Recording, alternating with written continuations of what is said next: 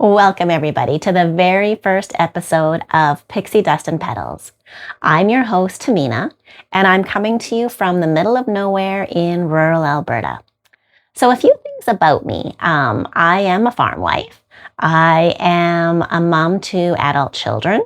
Some of you may know me. I have been a meditation teacher for 10 years. And I might even start right there. That is the reason why I'm here today, is that I was a teacher. I taught meditation classes, and a really neat thing happened when I taught those classes. I simply started teaching those classes because I thought it'd be really neat to help other people quiet their mind down. I have suffered from a lot of anxiety. I have suffered from a lot of depression in my past. And one thing that I found about 20 some years ago that really helped a lot was meditation. So I taught myself to meditate, and lo and behold, my anxiety, my depression, it loosened its grip on me. And I was able to really enjoy life a lot more. So I decided to become a teacher. So let's fast forward. I became a teacher, and I thought, meditation is kind of woo-woo. I'm not going to tell a lot of people what I do because they'll think it's crazy. But anyway, the word got out. One way or another, the word got out. And sure enough, I had people showing up to learn how to meditate. 20 people here, 10 people there. I was driving to all sorts of towns all around me. And then I built this beautiful little cabin to teach my classes here in rural Alberta. So the cool thing that I did not anticipate, I wanted to teach people to meditate so that they could have a better life. What I didn't anticipate was that people would want to keep coming back over and over again, that they'd want to learn more. They just want to spend more time learning and just being around other like-minded people that wanted to find a better way for themselves. So it's been a very cool journey for me to be a teacher. And then my little cabin here, I've had, oh gosh, I wish I've counted how many people have come through these doors. And they'd come here, a couple mornings a week, or in the evenings or the afternoons, or whenever class was. And they would come week after week after week. But the really cool thing was that they would all gather around and they would share their lives with me. And it was a really, really special thing to just be in a space where people felt safe enough to just be themselves, to share themselves, and to just grow together to be better human beings. But yeah, as like time went on, lots of things happened. I mean, this last 5-6 years, a lot has happened. And things have shifted and changed, and I haven't been doing classes. And yeah, I've been trying to find ways to challenge myself. And what I found that I really, really missed a lot was the people that came to my classes. And so I'm kind of hoping to attain some of that thirst that I have for being around people here in this podcast. I'm not sure how it's going to work out, but I am hoping that you guys, when you show up, and if there's something that I say that means something to you, or if you have a takeaway from something that I say, that you'll leave it in the comments, because it means a lot to me to have some kind of way to communicate with you guys and be part of your lives, even though it's in a much more extended way. So a little bit about myself. Yeah, so those are some of the things. One thing that I really learned about myself a lot is that I am a life learner. I have taken on a lot of jobs. In rural Alberta, there isn't necessarily a wide range of choices for jobs to do. And I think I've done all the things. I've tried all the things. But for me, I get a job, I do my very best at it, I try to excel, I learn as much about it as I can. But then I hit this ceiling, and when I hit this ceiling, it's just not satisfying anymore. And I need to find something else that's going to satisfy that itch I have in my brain to learn more. And it pushes me on. So actually, one of my dreams was the one thing that I always wanted to be. What I always really, really, really wanted to be was just like my grandma. So my grandma, she was a farm wife. She baked, she cooked, she made meals for the men. The men always came in for coffee every morning and every afternoon, and she fed them when things got busy. She gardened. She had beautiful flowers. My grandma, she died when I was 12, so I don't actually remember a conversation I had with her, but I do remember how she made me feel. She made me feel like I was eating warm chocolate chip cookies and a glass of milk. She was that warm lap that I could just curl up on, and she would just hold me, and I felt so comforted, so loved. She was my safe person. She was my safe place. And that's what I've always wanted to be. I wanted to emulate my grandma, so I have the perfect chance. I married a farmer. I live in the middle of nowhere. We farm. I cook. I've made the chocolate chip cookies, and when my kids got off the bus, there'd be the warm chocolate chip cookies and the cold glass of milk. Kids grow up, and my husband still wants me to make those cookies, but he can't quite pace himself on how many to eat at a time. So we kind of got to watch him on that a bit. I sometimes hide the cookies when I make them. But what happened was my brain is not satisfied just baking cookies and keeping the home fires burning. And yes, those are things that I really want to do, but my brain craves more. And so a couple of years ago, I decided to take some university classes to challenge myself. And I've always been extremely interested in psychology. Psychology is just something, because I just wonder how our brains work. And I wonder about behaviors and how some people behave this way and others behave that way. And then somebody behaves this way and somebody reacts that way. And then things happen. And I was just like, why can't people just be nice? Like, why can't people just be kind? Why can't people just respect each other? And so I decided, let's dive in. And if I'm in university, I'm not going to hit those ceilings. Like all the jobs I've taken around here, I learn as much as I can. But with university, I'm never going to be done learning. And that really, really brought a lot of excitement to me. So I took some psychology classes, and I took an English class, and the English class was really neat. I actually really loved writing papers. I didn't really love the marks I got back. They could have been, I don't know, I could have done better on that. But just learning how to write a paper, it just really challenged my brain in ways that I absolutely loved. And even with psychology, one of the first things they teach you, and I think they probably do in all university classes, is critical thinking. And critical thinking is learning all the facts about something, not just the first sentence that kind of makes sense in your brain and then you run with it. But when you learn about a story, you're like, oh my gosh, that makes so much sense. But learn everything about what makes sense. But then look at it from another angle. Look at it so you've formed an opinion on it, but try to take a moment to step back and look at it from somebody else's angle. Look at all the angles, the good and the bad, before you make up a story of what your story is going to be, where you fit in on the story, the situation that's going on. So I found that really, really interesting, especially now, because it is really easy to hear one sentence and to make up the rest of the story and to not hear the rest of the story or the other side of the story to truly understand what's going on. So anyway, so university was really, really great. But then I found, so I'm in my mid-50s, and I don't know if there's any other women out there in their mid-50s who are having trouble remembering things. So I'm very challenged when it comes to writing the exams. And my last psychology class I took me 8 months because I was trying to remember the information. And when I did write the exam finally, I did pull off a very good mark, and I was very happy with it. And I didn't want to do poorer than I did, which meant I had to put a lot of time and energy into encoding that information in my brain so it would reflect on a piece of paper. And then I started looking and thinking, oh my goodness. So in order to get my undergraduate, I need to take 30 classes. And if each class takes me 8 months, wait a minute, of those 30 classes, 15 of them have to be elective, something that I'm not even really interested in. So we're talking like different sciences and some math classes and statistics and things that I will probably never use in my life. So I got to take 15 classes that I'm not interested in. I'm 57 years old. It's taking me 8 months per class just to pull off a mark I like. So 15 times 8 months. Okay, well, you do the math. I didn't actually take math yet.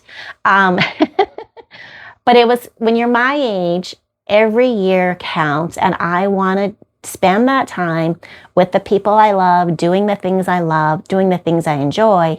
And yes, challenging my brain, but challenging my brain in ways that make sense and really matter to me. Statistics really don't matter to me. So the scoop is that I'm like, okay, so maybe I was getting kind of excited. If I get my undergrad, I can go for my master's. There's an opportunity to wear that really fun little hat with the tassel that you get to turn over, and somebody hands you a piece of paper that says you did great. But then I reflect back to my oldest son when he graduated from university, and it was during COVID, and he never got the hat with the tassel. He never got anybody handing him the paper, and he went to school for 7 years. So I'm like, okay, let's keep things in focus. Is this how I want to spend my time? And the answer is no, it isn't. So I've decided to only take psychology classes, and only take psychology classes that are pertinent to what I want to know about. And I'm very interested in trauma. I'm interested in intergenerational trauma, and why generation after generation treats the next generation in a not so great way, but then the next generation does it to the next and the next and the next. And how does it stop? Who stops it? And how hard is it? And what do you have to do? And once again, it's like, why can't we all just be nice to each other? But that's just not the way the world works. So anyway, I'm taking a lot of classes still, but I'm taking classes on different modalities. I just took some classes on IFS, which is Internal Family Systems. I took a couple classes in that. I'm really excited that I'm not sure if I'm going to start this summer or not, but I'm going to take a class on emotional intelligence. And that is something I wish they taught in schools. And it's just understanding our emotions and finding balance in them. It's so important that we do have all of the emotions, the ones that we think are good and bad. There really aren't any good and bad, but we do experience them all. But what are healthy ways to experience them and to project them out into the world, or not, like how, but to not bundle them up and to not pretend they're not there and pretend everything is okay when it's not. So emotional intelligence has me very excited. I'm also taking some classes on fashion psychology. And first of all, yes, I love clothes. I love shopping. I love knowing what the latest trend is. Do I buy the latest trend? Well, no, for lots of reasons. A, I'm a farm wife, so where am I going to wear that glitzy, beautiful little fur stole that's now all the rage? Nowhere. Plus, it's that, yeah. Where am I going with all that? So yeah, I love all the things. But what I'm really interested in the fashion psychology is why we dress the way we dress. Like today, I'm wearing this periwinkle blue sweatshirt. And maybe it's not what I should wear for my very first episode of my podcast, but this bright blue color makes me really happy. And so I wear it, and I wear the things that make me happy. But sometimes on the days that I'm feeling a little blue, I might wear the gray sweatshirt with the gray sweats. And it's not to say I'm depressed, but it's to say I'm honoring how I feel today. And I don't have any energy, and I'm not going to pretend I do. But some days you do need that lift. You're like, I'm going to wear that bright color because I need an extra pop today. And the studies are showing that what you're wearing is actually reflecting so much of how you're behaving and what's going on in your brain. So I've been loving those classes as well. I'm in the middle of those.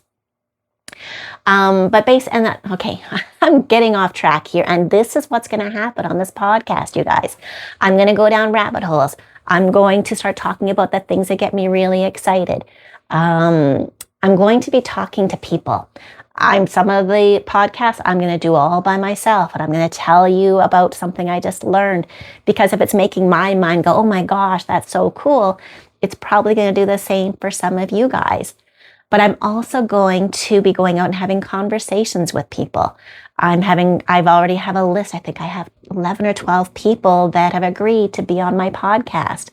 And I have a couple of psychotherapists. I actually have a third one I want to talk to, because I want to talk about, what does boundaries mean? What is that? When somebody says that, what do they actually mean? What is a healthy boundary? Should we have them with everybody?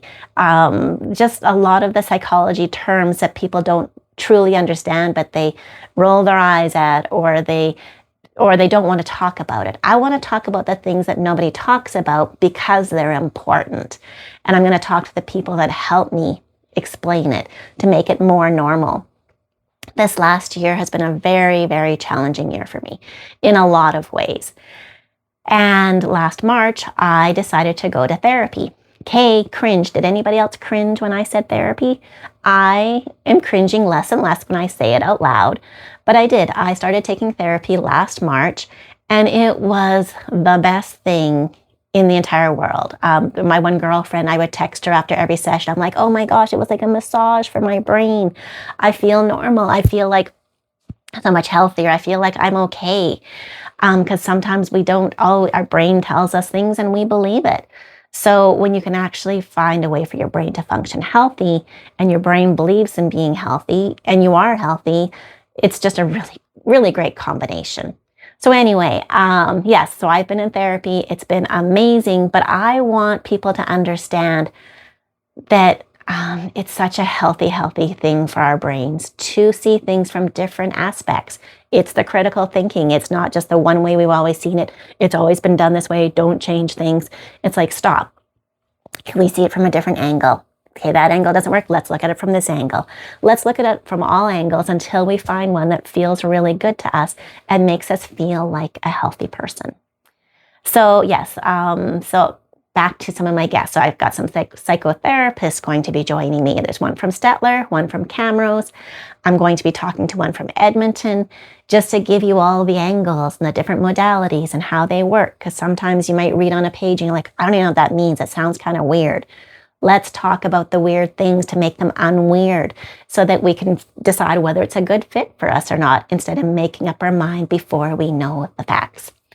Okay, so I also have, who else do I have? Oh gosh, I don't have the list in front of me. This glass of water here.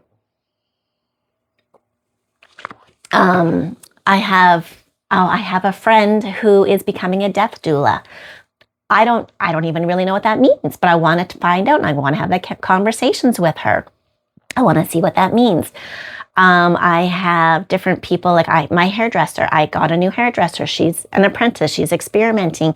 Not experimenting, that's really the wrong word, but she's doing all the things. And I love sitting in her chair because she's such a neat person. I love talking to her. And I love having her play with new things with my hair to see what we can do.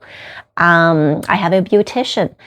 Like, all these people that I'm interviewing or having conversations with basically are people that are trying to make the world a better place in their own way. And we all have different ways of doing it. So it's really, really cool. We're going to have stories of balance, stories of challenge, stories of overcoming, stories of understanding each other, stories of just understanding, stories of all of the things. But if somebody inspires me, I'm pretty sure they're going to inspire you, and I'd love to sit down and have a conversation with them too. Oh, and here's another little spoiler. One of the interviews is going to be coming from a baseball stadium. So that's a pretty cool clue as well. But yeah, it's just the world can be crazy. And I would like to be a light somewhere, like in my own little corner of the world. I want to be a light. And I want you guys to join me in that light. And if we can, between us, find some way to make the world a little bit more sparkly, make ourselves, give ourselves a little bit more sparkle when we go out into it, that is my goal. So, okay, I didn't really follow my notes very well, which probably doesn't surprise many of you guys. I am going to end on a note here, and this is something that I've gotten from Brene Brown. I think it was maybe on Instagram or something like that, one of those little memes that they have. And this one's on authenticity. And this just speaks volumes to me. So authenticity, the daily practice of letting go of who you think you're supposed to be and embracing who you are, involving courage, vulnerability, and setting boundaries. It's a collection of choices made each day to be honest, real, and allow your true self to be seen. Okay, guys, it's been about 20 minutes. I'm not going to tell you how long my podcasts are going to be each time. It's going to be varied on the subject I'm talking about, the in-depthness of it, who it is that I'm interviewing or having conversations with. I'm not going to stretch it out to be a certain amount of time if I've run out of words. But I'm also not going to chop it into something short and miss telling you something really integral to the conversation. So, okay, guys. Thank you so much for joining me here at Pixie Dust and Petals. I hope you guys have an absolutely wonderful day. And yeah, from my little corner of the world to yours, I hope you have a little bit of pixie dust sprinkled down on your shoulders today and you find yourself sparkling just a little bit more. Okay, guys. Bye.